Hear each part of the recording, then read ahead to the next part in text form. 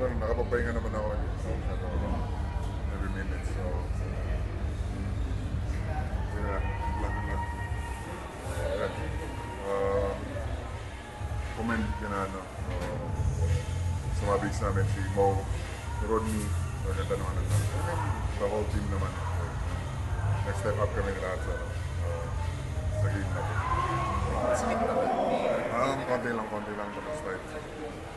Ano ba exactly yung diagnosis? Yan din yung calf injury? Oo. And good thing, pahinga kami bukas. So, pahinga na yun. Light practice kami bukas.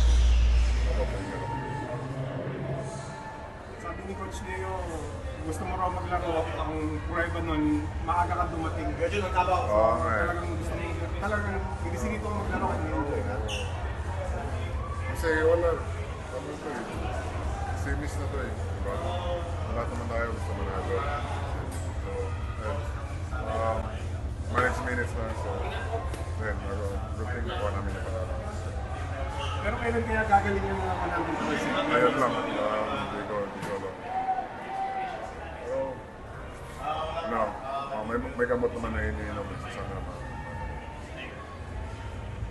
Yung sinabing pahinga, ilang araw daw na pahinga o linggo na pahinga? Wala namang sinabi. Hindi ko alam. Basta pahinga. Isang araw, pwede na siguro yan. Tulog lang.